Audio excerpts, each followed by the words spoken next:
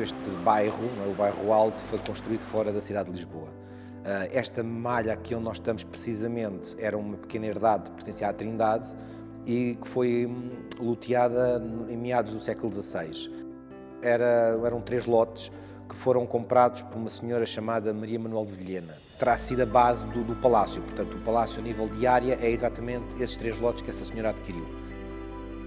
Depois o palácio vai ser doado então a um negociante da Praça de Lisboa, que vai fazer então o que nós hoje olhamos e dizemos que é este palácio.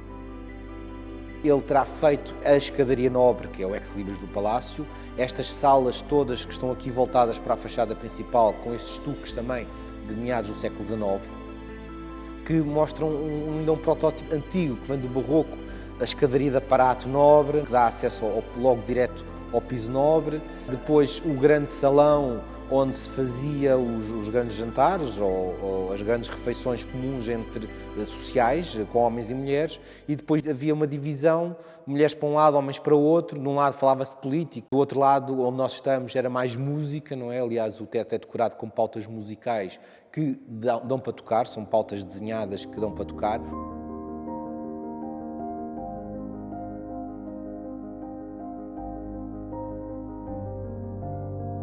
Nota-se muito, portanto, uma presença feminina forte e ligada à igreja, não é? Como era natural no século XIX, mas mais em setores conservadores da sociedade. E essa capela tem esta função, não é? E por isso é que está aqui adstrita à sala feminina.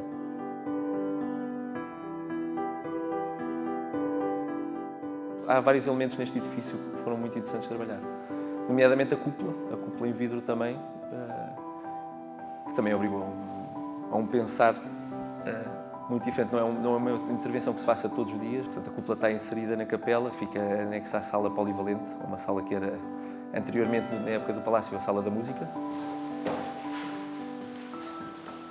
A cúpula tinha destes problemas estruturais graves, não é? Já tinha muitas lacunas e mesmo a nível de estrutura estava muito debilitada. Mesmo que tivesse uma pequena lacuna, apenas um pequeno pedaço de vidro, tentar aproveitar esse pequeno pedaço e fazer apenas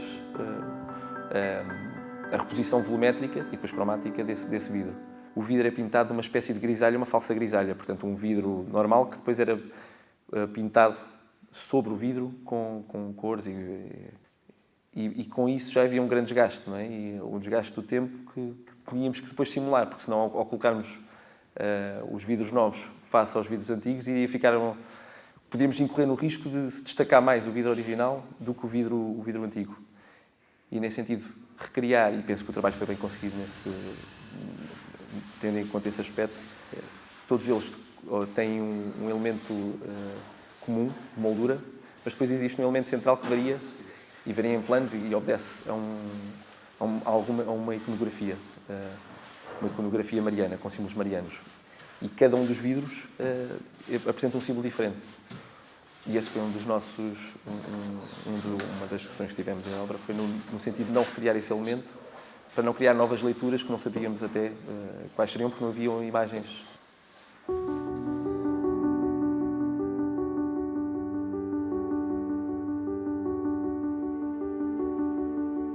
É este palácio com estes valores que nós hoje temos, não é? É o palácio desse senhor negociante. No grande salão há até alegorias à partilha dos dividendos. Há um medalhão com meninos que partilham os dividendos e então vivem em harmonia, são 2 sócios que partilham os dividendos, os frutos, não é? E depois outros que lutam, os 2 sócios que lutam e depois descamba a sociedade. Há aqui uma visão até capitalista, no bom sentido da palavra, do palácio.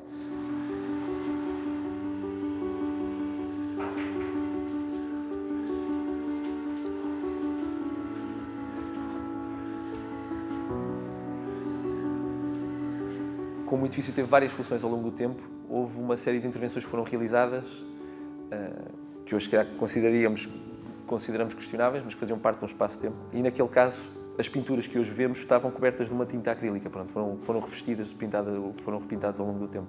Nem sabiam da existência destas pinturas.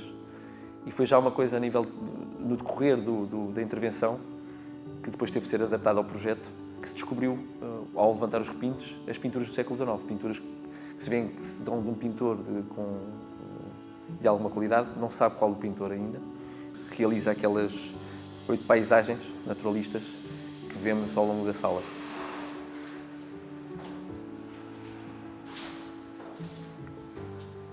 Obviamente que elas foram também repintadas exatamente pelo estado já grave em que se encontravam. Obrigou uma sensibilidade grande na intervenção e ética até, ao refazer, porque queremos, ao mesmo tempo queremos restituir a imagem, não é? E alguma homogeneidade, e não podemos também desrespeitar e recriar espaços que não sabemos o que é que existia.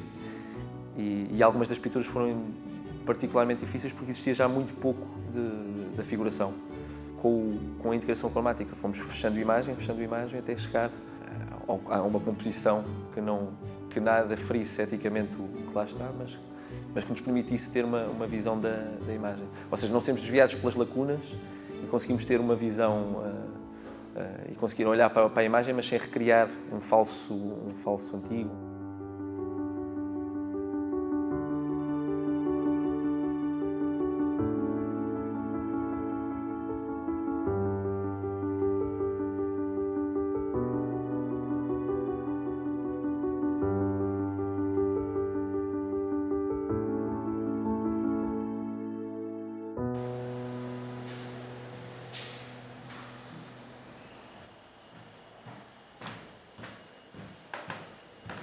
A Joia da Crua acaba por ser a Sala dos Couros, que é uma sala distintiva até no panorama português. Existem muito poucos casos de guadamecil.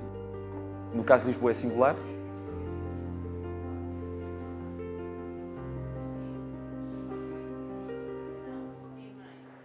Vem descrita no Essa várias vezes. É uma sala onde os homens se reuniam para comer, para ter um jantar só de homens, né? Para falar de questões que eles entendessem, de política, de sociedade, etc. Ou então mesmo para dar umas caramboladas, como dizia o Essa de Queiroz, portanto, jogar ao bilhar, portanto, mas sempre um ambiente masculino, de fumo. É o final do século XIX e inícios do XX. Terá sido nessa altura que terá sido feita a Sala dos Couros. Por ter a heráldica dos Costa Cabral e as coroas de Conde e de Marquês, e o único Costa Cabral foi Conde e Marquês, é o Costa Cabral, o ministro da Dona Maria II, provavelmente aquela sala e aquela parte do palácio terá sido os seus aposentos particulares quando estava em Lisboa no final da sua vida. A questão mais impressionante aqui é pensar que esta sala era a única que existe no país ainda in situ.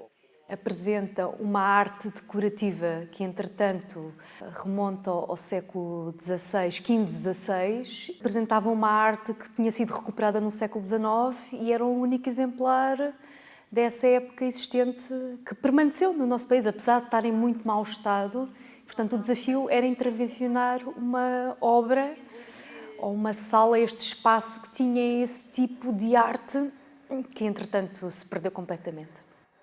A possibilidade de trabalhar com uma arte decorativa que está fixa a uma parede, eu ainda não tinha tido essa oportunidade e esse era o maior desafio.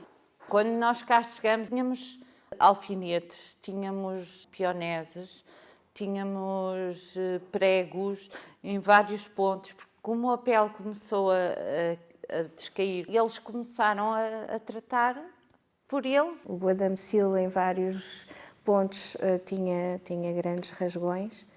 As tiras de remate estavam partidas. Passámos aqui muitas fases de angústia, não é? Porque vão sempre, à medida que vamos desenvolvendo o trabalho, vamos surgindo sempre muitas dúvidas. A maior preocupação do respeito pelo material em si, pela obra em si, faz com que nós avancemos com todo o cuidado e precaução. Mesmo neste caso sendo um exemplo de revivalismo do século XIX, mesmo do século XIX e revivalismos, no caso de Lisboa é singular, do que se conhece, e o único caso que temos que se conhece à parte deste será o da Charola do Convento de Cristo. Portanto, isso torna a sala muito emblemática. E depois até porque o próprio trabalho é um trabalho diferente, onde existem até poucos técnicos a trabalhar nessa área. Tivemos o acompanhamento da Lina Falcão, que é a grande especialista da área no panorama português e que nos deu um grande apoio e, portanto, permitiu-nos ter um trabalho, ter acesso a um trabalho diferente e mais desafiante. As partes de cima não as retiramos descaiu, não é? Só tiramos a parte superior e as partes laterais e descaímos para cima do andaime. A parte de cima estava muito mais danificada que a parte de baixo.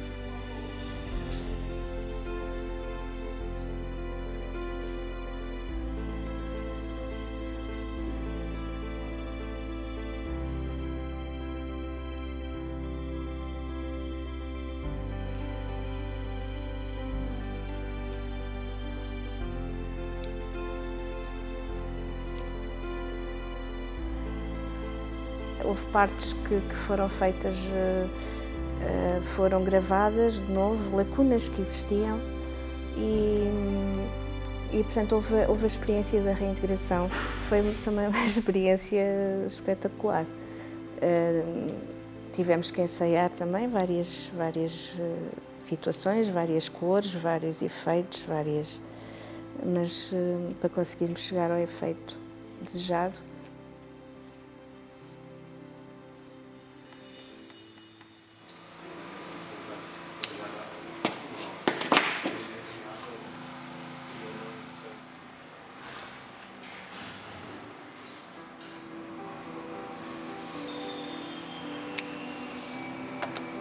Todas as pessoas deviam ver realmente o antes para perceberem o que é que foi feito aqui.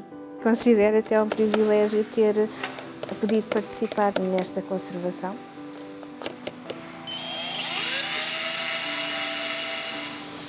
Para um conservador-restaurador é sempre aliciante ter a oportunidade de intervir, nem seja pela responsabilidade e também a responsabilidade de estar associado a um trabalho que nós sabemos que é único e que é raríssimo em Portugal. Portanto, essa é, na minha perspectiva, é a coisa que mais me marca como profissional de conservação e restauro e que está associado a um trabalho destes.